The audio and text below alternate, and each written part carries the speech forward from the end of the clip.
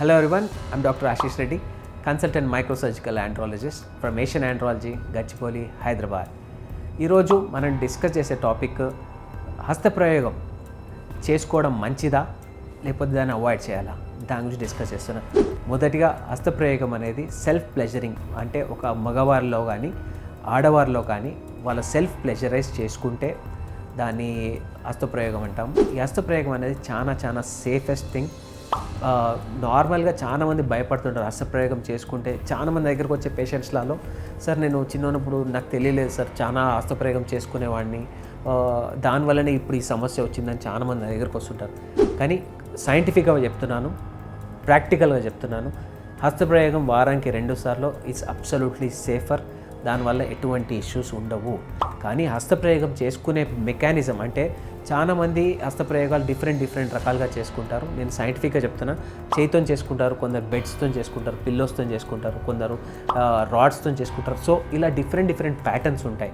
చేయితో చేసుకున్నప్పుడు ఏంటి అంటే మన కంట్రోల్లో ఉంటుంది, మన చేతిలో మన అంగం ఉంటుంది కాబట్టి కంట్రోల్లో ఉంటుంది. దానివల్ల ఎక్కువ సేఫ్టీ అనేది ఉంటుంది. మీకు మీ అంగాన్ని మీరు డ్యామేజ్ చేసుకునే ఛాన్స్ తక్కువగా ఉంటుంది. చాలామంది యంగ్స్టర్స్లో బెడ్స్తో చేసుకోవడం వల్ల ఏమవుతుందంటే అంగం వంకరయ్యే ప్రమాదం ఉంటుంది అండ్ కంప్లీట్గా మీకు అంగస్తంభన సివియర్గా వచ్చే ఛాన్సెస్ ఉంటాయి. ఎందుకంటే మీకు కంట్రోల్ ఉండదు కాబట్టి మీరు ఇంజూర్ చేసుకునే ప్రమాదాలు డెఫినెట్లీ ఉంటుంది. సో చేయితో చేసుకునే హస్తప్రయోగం అబ్సల్యూట్లీ సేఫ్. వారానికి 2 సార్లు సైంటిఫిక్గా కూడా చాలా బెస్ట్ ఉంటుంది. దానివల్ల ఎటువంటి ఇష్యూస్ లేవు. ఇంకోటి దీంట్లో ఉన్న ఒక ప్రాబ్లం ఏంటంటే ఎక్కువసార్లు చేసుకుంటే, 2 సార్ల కంటే ఎక్కువసార్లు చేసుకుంటే వచ్చే మేజర్ ప్రాబ్లం ఏంటంటే మీకు టైమింగ్ రాదు, అంటే శీఘ్రస్ఖలనం జరిగిపోతుంది.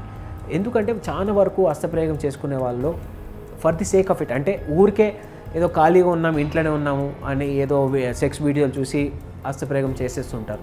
సో దానివల్ల ఏమవుతుందంటే మీ టైమింగ్ దెబ్బతింటుంది. నార్మల్గా మీరు సెక్స్ చేసే టైం కానీ హస్తప్రయోగం చేసే టైం చాలా డిఫరెంట్గా ఉంటుంది.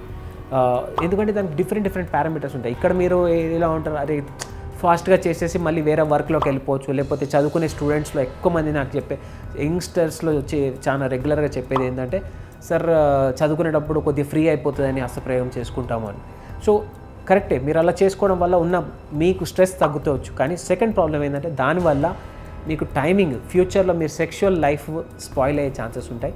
So as per guidelines 2 times in a week is good enough. అంతకంటే ఎక్కువసార్లు చేస్తే శీఘ్రస్ఖలన సమస్య రావచ్చు అండ్ మీరు ఇంజూర్ చేసుకునే ప్రమాదం ఉంటుంది. కాబట్టి ఖచ్చితంగా అవాయిడ్ చేయండి. వారానికి 2 సార్లు, అంతకంటే నో. చాలామంది ఇంకా రిలీజియస్గా చెప్తుంటారు, అంటే మేము అసలు హస్తప్రయోగం చేసుకోలేదు సార్, అది ఎట్లా చేసుకోవాలో కూడా తెలియదు. హస్తప్రయోగం అనేది రిలీజియస్లో కూడా ఎక్కడ కూడా లేదండి, ఇది చేసుకోవద్దు అనేది.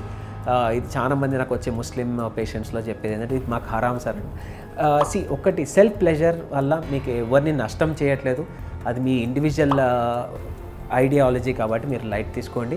సో వారానికి 2 సార్లు చేసుకోండి, ఎటువంటి ఇష్యూస్ లేవు. ఫర్దర్గా దీని గురించి మీరు తెలుసుకోవాలంటే ఖచ్చితంగా నన్ను వచ్చి కలవండి. Thank you so much.